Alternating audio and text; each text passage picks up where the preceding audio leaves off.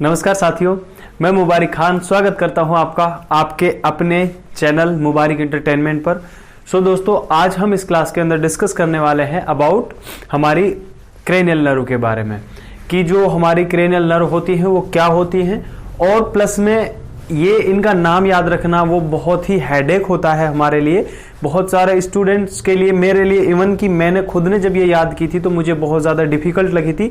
लेकिन एक ट्रिक जो है जो मैंने अप्लाई की और हमारे गुरुओं ने जो हमें सिखाया वो एक इतनी अच्छी ट्रिक इसके लिए सुनाई हमें और समझाई कि जिससे हम इनके नाम आसानी से याद रख सकते हैं और इनको समझने में हमें बहुत ज़्यादा आसानी हो जाती है कि हमारे टिप्स पर इनके नाम याद हो जाएंगे एक सीक्वेंस में। ठीक है, तो आज हमारा टॉपिक है क्रेनियल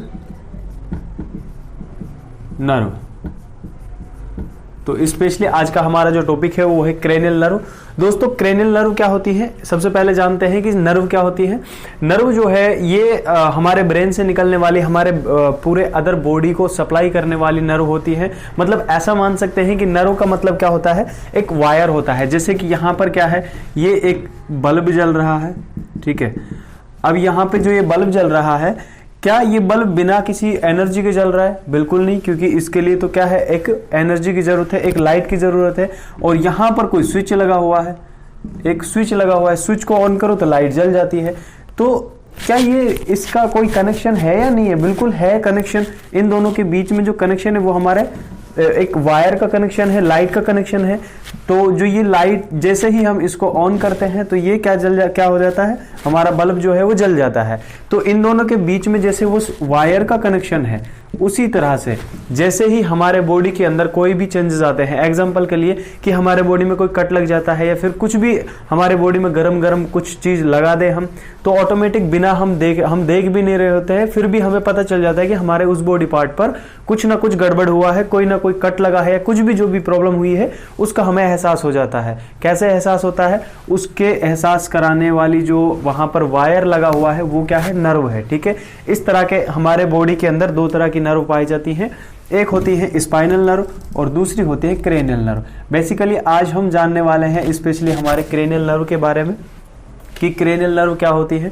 दोस्तों, क्रेनियल नर्व वो नर्व होती है जो हमारे ब्रेन से निकलती हैं। कहने का मतलब है कि नर्व दो जगह से निकल सकती हैं, एक तो हमारे ब्रेन से और दूसरा हमारा स्पाइनल कॉर्ड से। ठीक है, कुछ नर्व तो ऐसी होती हैं जो ब्रेन से एसोसिएटेड हैं और कुछ नर्व ऐसी होती हैं जो स्पाइनल कॉर्ड से एसोसिएटेड हैं। तो क्रेनियल नर्व की बात करें तो these are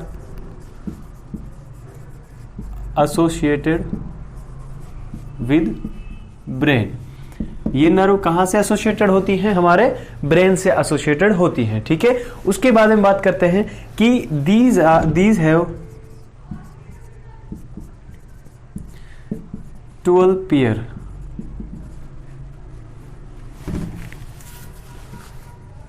These have 12 pair in number. मतलब टोटल कितनी होती है ये? टोटल जो नर्व होती है हमारी क्रेनियल नर्व वो होती है 12 पेयर। 12 पेयर मतलब 12 पेयर, 12 जोड़ी नर्व होती हैं हमारे पूरे क्रेनियल नर्व जो ब्रेन से एसोसिएटेड होती है, वो 12 पेयर होती हैं। ठीक है, 12 पेयर जो नर्व होती हैं, चलिए जानते हैं कि कौन कौन सी होती हैं और किस तरह से हम इसको याद रख सकते हैं। ठीक है, तो सबसे पहले हम जानते हैं कि कौन कौन सी हमारी क्रेनियल नर्व होती हैं। सबसे पहले मैं आपको सारी नर्व के नाम बताने से पहले एक आपको कहानी सुनाना चाहता हूं, जो एक बहुत इंटरेस्टिंग कहानी है। अगर ये कहानी आपने सुन ली और आपने समझ लिया इस कहानी का मकसद, तो आपको टिप्स पे आपकी क्रेनियल नर्व आराम से याद हो जाएंगी, ये मेरा आपसे वादा है। ठीक है, तो सबसे पहले मैं आपको कहानी सुनाने के लिए एक आपको लेके चलता हूं हमारी आर्मी के पास में। सबसे पहले क्या हुआ दोस्तों कि एक 3 आर्मी मैन थे। ठीक है, कौन थे? 3 ऑफिसर थे। कौन थे? 3 ऑफिसर थे। और वो कहां पे थे दोस्तों? वो थे हमारे चाइना की बॉर्डर पर। 3 ऑफिसर थे जो कि कहां पे थे? चाइना की बॉर्डर पर थे। फिर ये 3 जो ऑफिसर थे ये कहां पे? चाइना की बॉर्डर पर आराम से बैठे थे, वहां पे जो है रखवाली कर रहे थे, जो भी इनका काम था वो अपना काम परफॉर्म कर रहे थे। हुआ ये कि यहाँ पे इनके पास में फोन आया। फोन ये आया कि भैया आप चाइना बॉर्डर पे बैठे हो वहां से उठ करके आप चले जाओ कहां पे, दूसरी जगह पर चले जाओ। दूसरी जगह पे कहां पे, आपको इनको ऑर्डर मिला कि आपको जाना है पाक की बॉर्डर पर, ठीक है। तो दोस्तों ये कुछ टाइम के बाद में पाक की बॉर्डर पर पहुंचे। अब जब ये पाक की बॉर्डर पर पहुंचे तो पाक की बॉर्डर, पाक की मतलब पाकिस्तान, ठीक है, ये पाकिस्तान की बॉर्डर पर पहुंचे और पाकिस्तान की बॉर्डर पर जैसे ही ये पहुंचे तो शाम का टाइम हो चुका था। इन्होंने क्या देखा, इन्होंने देखा कि पाकिस्तान के साइड से 2 टैंक आ रहे थे। क्या आ रहे थे दोस्तों, सामने से 2 टैंक आ रहे थे। टैंक का मतलब कि 2 बड़ी बड़ी गाड़ियां जिनके अंदर बहुत सारे आर्मी ऑफिसर्स, पाकिस्तान के आर्मी ऑफिसर्स थे और वो सामने से इनके आ रही थी बॉर्डर की तरफ, ठीक है। अब दोस्तों ये जो यहाँ पर 3 ऑफिसर थे बेचारे, ये क्या हुआ, ये डर गए कि यार अब क्या करें, यहाँ से हम तो 3 ही और यहाँ से सामने से बहुत सारी गाड़ी आ रही है, मतलब बहुत सारे सैनिक आ रहे हैं। तो इन्होंने क्या किया, इन्होंने फैसला किया कि चलो हम अपनी एयरफोर्स को बुलाते हैं, एयरफोर्स को, ठीक है, कि ताकि हम इन पे अटैक कर सके और इनको मार सकें। तो इन्होंने क्या किया, इन्होंने किसको बुलाया, आर्मी एयरफोर्स के लिए इन्होंने कॉल किया। किसके लिए, इन्होंने एयरफोर्स के लिए कॉल किया हमारी गवर्नमेंट को।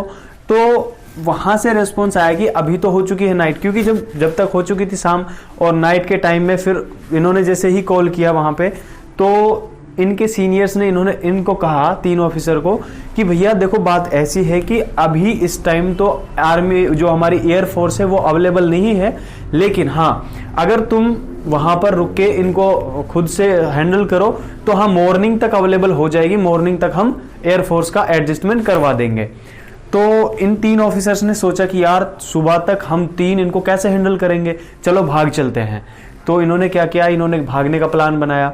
लेकिन जो इन तीनों में से एक समझदार था, जो थोड़ा सा इनका सीनियर था इन तीनों में से, उसने क्या कहा, उसने कहा कि नहीं यार, अगर हम ऐसे छोड़ के भागेंगे तो ये बहुत गलत है, हम अपनी भारत माँ को धोखा नहीं दे सकते। तो इन्होंने क्या किया, उसने कहा इनको कि हम खुद से मेहनत करेंगे, खुद से लड़ेंगे, मर जाएंगे मिट जाएंगे, लेकिन हम छोड़कर नहीं भागेंगे। तो इन्होंने क्या किया, इन्होंने कहा कि हम इस जो भी हो हम वॉलंटरी गार्ड करेंगे इस कंडीशन को, ठीक है। वॉलंटरी गार्ड का मतलब कि हम खुद से लड़ेंगे, चाहे हम मर जाएं, लेकिन हम छोड़कर नहीं भागेंगे। इन्होंने ये फैसला लिया। तो दोस्तों नाइट का तो टाइम था, इन्होंने फिर खुद से मेहनत किया, खुद से लड़ना चालू किया।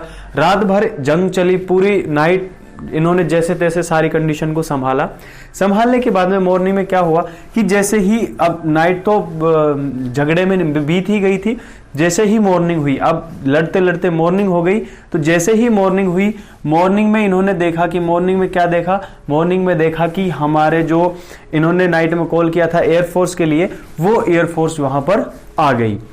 अब दोस्तों एयरफोर्स आ गई तो अब तो खुशी की लहर दौड़ने वाली है, क्योंकि रात भर ये खुद लड़ते रहे और इन्होंने हमारे देश को नाम को झुकने नहीं दिया। तो अब जैसे ही हमारी एयरफोर्स आई तो इनका हौसला और बढ़ गया। तो इनके मुंह से निकला क्या, इनके मुंह से निकला वाह, वाह क्या बात है। क्या निकला इनके मुंह से, वाह।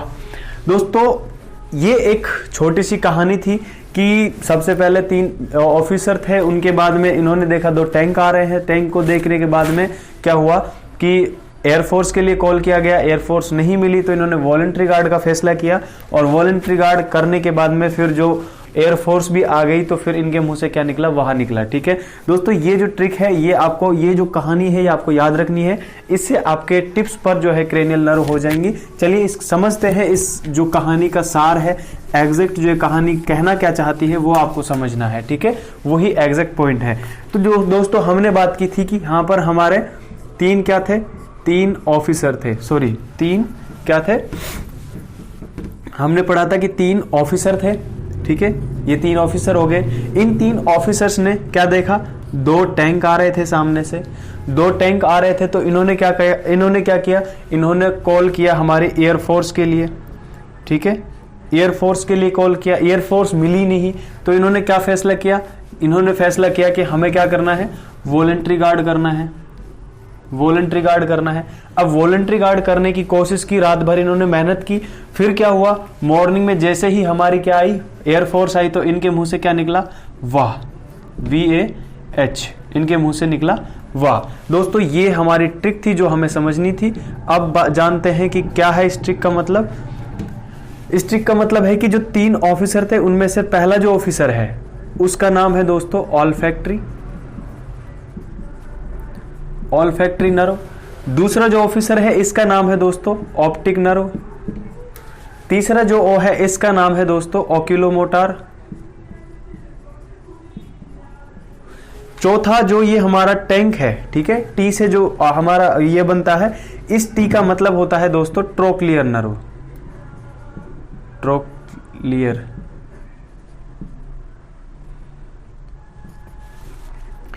उसके बाद में जो हमारा अगला टी है इसका मतलब होता है ट्राइजेमाइनल।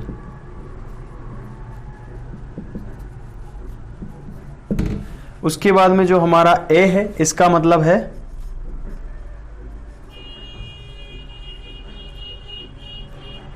एब्डुसेंस। और उसके बाद में एफ का मतलब होता है दोस्तों फेशियल। ये जो मैंने ये O T T A F ये जो लिखे हुए हैं ये तो आपको समझ आ ही गए हैं कि मैंने कहां से लिखे हैं, पूरी कहानी से हमने निकाल लिया है।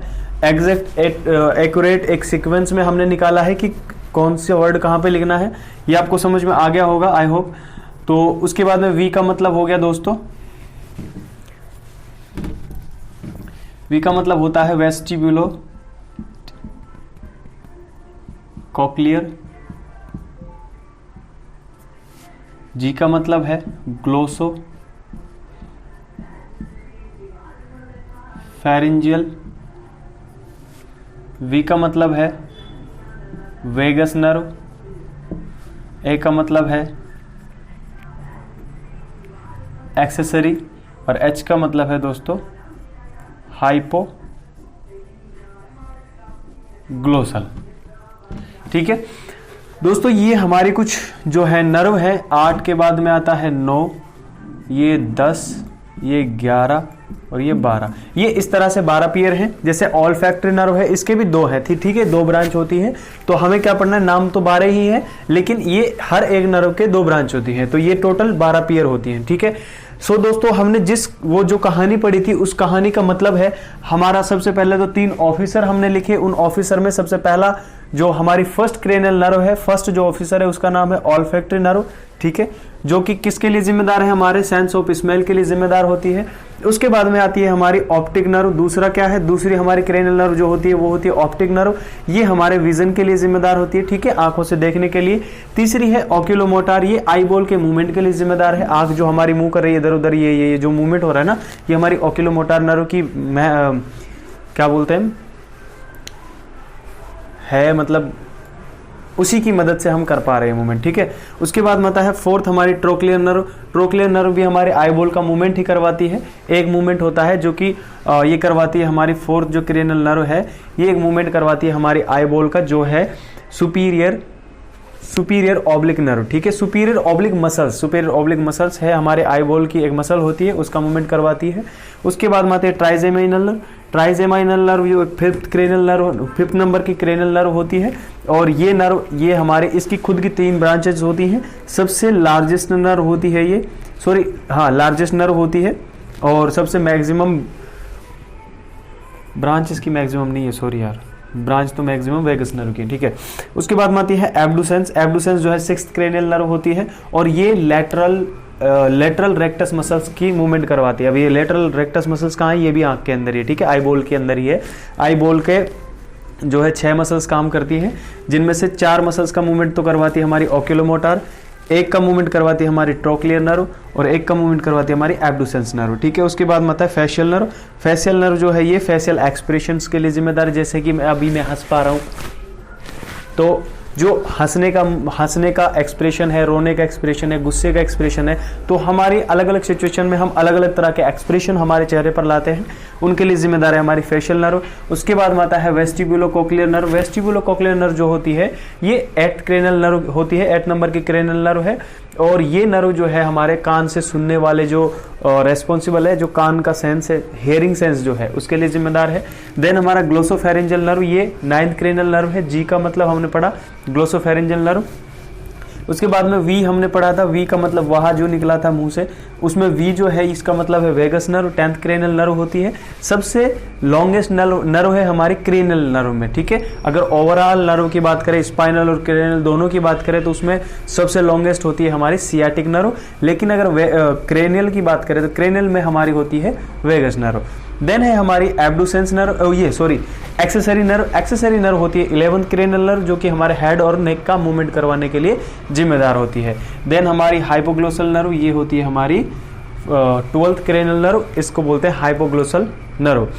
ये नर्व जो है हमारा स्वालोविंग में मदद करती है, हमारे फेरिंग्स को सप्लाई करती है। तो इस तरह से दोस्तों हमने टोटल 12 पेयर नंबर जो क्रेनियल नर्व है उनको जाना। एक बार फिर से आपको मैं ट्रिक को याद करवा देता हूं ताकि आपको जिंदगी भर के लिए हमेशा आपके दिमाग में टिप्स पर ये छप जाए। सबसे पहले हमने पढ़ा कि 3 ऑफिसर थे, 3 ऑफिसर में हमने तीनों के नाम पढ़ लिए। तीनों के नाम थे सबसे पहले का नाम ऑल्फैक्टरी, दूसरे का ऑप्टिक, तीसरे का ओक्यूलोमोटर, ठीक है। ओक्यूलोमोटर ये मोटरसाइकिल चलाता था, इसीलिए इसका नाम क्या है, ओक्यूलोमोटर, इसीलिए ये तीसरा ऑफिसर है। सबसे फर्स्ट नंबर का ऑफिसर जो था वो ऑल्फैक्टरी था, ठीक है, क्योंकि ये सारी फैक्ट्रीज में घुस सकता है, इसीलिए सबसे पहला है, ठीक है, ऑल्फैक्टरी। उसके बाद में ऑप्टिक दूसरे नंबर पे आता है। तीसरा ओक्यूलोमोटर, ये बाइक चलाने वाला, मोटरसाइकिल चलाने वाला है, इसीलिए इसको तीसरे नंबर पर रखा, ठीक है। उसके बाद आता है ट्रोक्लियर, ये ट्रैक्टर चलाता था, ठीक है, इसको चौथे नंबर का जो है वो ट्रैक्टर चलाता था, मतलब सॉरी ये ऑफिसर तो 3 ही है, यहाँ पर ये 2 टैंक थे, ठीक है, हमने जो पढ़ा था 2 टैंक थे। टैंक में जो है पहला टैंक था ट्रोक्लियर, ठीक है, दूसरा था ट्राइजेमाइनल, ठीक है, दूसरे टैंक का नाम ट्राइजेमाइनल। उसके बाद में हमने एयरफोर्स के लिए कॉल किया, ए का मतलब है एब्डुसेंस, एफ का मतलब है फेशियल नर्व। उसके बाद में हमें जब एयरफोर्स का सहारा नहीं मिला तो हमने कहा क्या कि हम वॉलेंट्री गार्ड करेंगे। वॉलेंट्री में वी और जी, ठीक है, वी का मतलब है वेस्टिब्यूलोकोक्लियर और जी का मतलब है ग्लोसोफेरिंजियल नर्व, ठीक है। उसके बाद आता है जब हमने एयरफोर्स को देखा मॉर्निंग में तो हमारे मुंह से निकला क्या, वाह में वी का मतलब है वेगस नर्व, ए का मतलब है एक्सेसरी नर्व और एच का मतलब है हाइपोग्लोसल नर्व। सो दोस्तों आई होप आपको ये तो समझ में आ गया होगा कि कौन कौन सी नर्व होती है। सो दोस्तों अगर आपको ये वीडियो पसंद आई है तो अपने फ्रेंड्स के साथ शेयर करें और ऐसी ही इंटरेस्टिंग वीडियो के लिए हमारे इस चैनल को सब्सक्राइब करें और हमें सपोर्ट करें। अगर हो सके तो अपने दोस्तों को भी बताएं। So thank you so much for watching this video. Love you all.